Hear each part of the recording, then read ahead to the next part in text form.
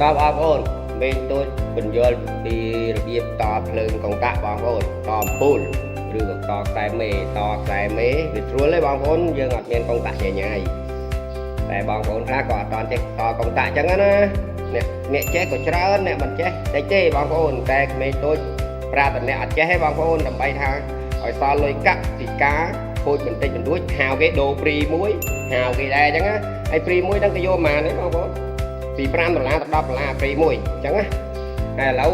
ខ្សែអំពូលវានេះយើងយកខ្សែភ្លើងមកគួចជាមួយអាខ្សែមេបងប្អូនគួចចូលគ្នាមក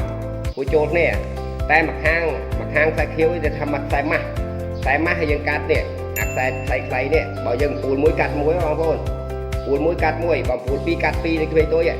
ហើយដល់ហើយយើងសក់នេះសក់អានេះចូលដល់កែរន់វារន់ភ្លើងម៉ាស់ខាងម៉ាស់បងប្អូនសក់វាចូលវាមកភ្លុកអញ្ចឹងណាមើលតាមបានបងប្អូននេះហើយដល់ពេលអាខ្សែខ្លីនេះកង្តាបងប្អូននេះកង្តាយើងសក់ចូលនេះអាកន្លែងកង្តាហ្នឹងតែសក់ខាងក្រោមបងប្អូននេះឃើញពីខ្សែភ្លើង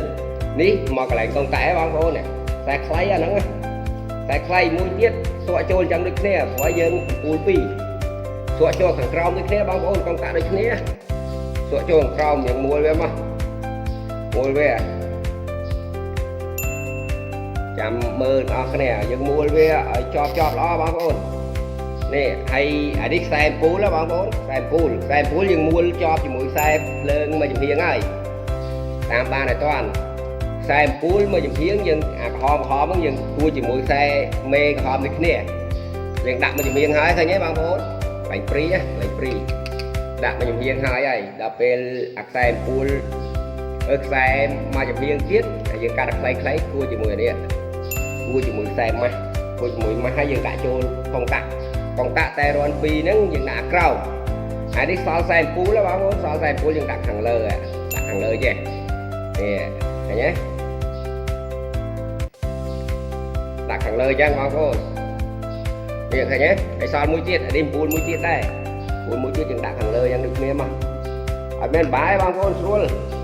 ហើយយើងមិនបាច់ខូចកង្កាក់តិចតួចដល់ហៅគេជួលគេស៊ីថ្លៃបងប្អូនអើយឥឡូវរៀនមើលតាមមេតូចហើយមើលហើយរួចរាល់បងប្អូនរួចរាល់ហើយយើងចូលបងប្អូនចូលវាមកនេះលុក